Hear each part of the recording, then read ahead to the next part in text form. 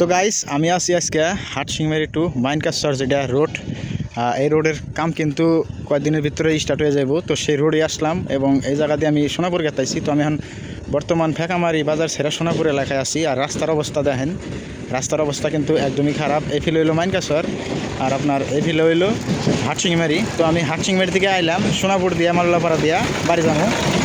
তো এই রাস্তার কতটুক হবো আর কি, রাস্তাটা কতটুক ওসার হবো আর কি, লম্বা তো আমরা সবাই জানি প্রায় 22 কিলোমিটার হাটসিংমারি থেকে মাইনকাছর। তো রাস্তাটা কতটুকু ওসার হবো, এই যে ওসার বর্তমানে এই পর্যন্ত আছে।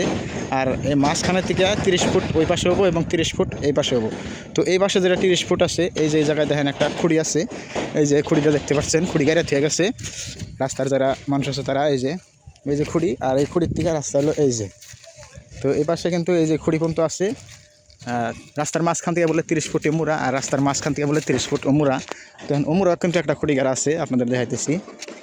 এই যে দেখেন এমুরা একটা খুঁড়িগাড়া আছে, এই যে খুঁড়িগাড়া আছে, এই যে খুঁড়ি, এই যে খুঁড়ির মাঝখান কিন্তু লাল রং দিয়া চিহ্ন দিয়া দিচ্ছে। তো আঙ্গো হাটসিংমারি টু মাইনকাছর যেটা রাস্তা কিন্তু একদম খুবই খারাপ। আর রাস্তা কিন্তু কোন আগে হাটসিংমারি থেকে মাইনকাছর যদি কোনো রুগী নিয়ে যায়, কিংবা মাইনকাছর থেকে কোনো রুগী যদি হাটসিংমারি নিয়ে আসে এই রাস্তা দিয়ে, তাহলে রুগী কিন্তু আপনি মারা যাইব, কারণ এত অবস্থা রাস্তা খারাপ। আর এই রাস্তাটা হইতেছে থ্যাংক ইউ আমাদের মাইনকাছরের বিধায়ক আমিরুল ইসলাম ডাঙ্গরিয়া। সে বর্তমান রানিং এমএলএ এবং সামনে ফের ভোট হইতেছে, সামনে এমএলএ ভোট হইতেছে। তো আপনারা যারা সাউথ সালমারা মাইনকাছর ডিস্ট্রিক্টের মানুষ আছেন, সবাই অল্প ভাইবার চিন্তা এবার ভোট দিবেন। এমএলএ ভোট কারা দেওয়া লাগে, কারা দিলে আমাদের ডিস্ট্রিক্টের উন্নতি হবো এবং কারা দিলে আমাদের ডিস্ট্রিক্টের মানুষ সবাই ভালো থাকবো। তো তারাই আজকে এবার বিধায়ক হিসাবে আপনারা মানবেন সাউথ সালমারা মাইনকাছর ডিস্ট্রিক্ট, মাইনকাছর সমষ্টির মধ্যে।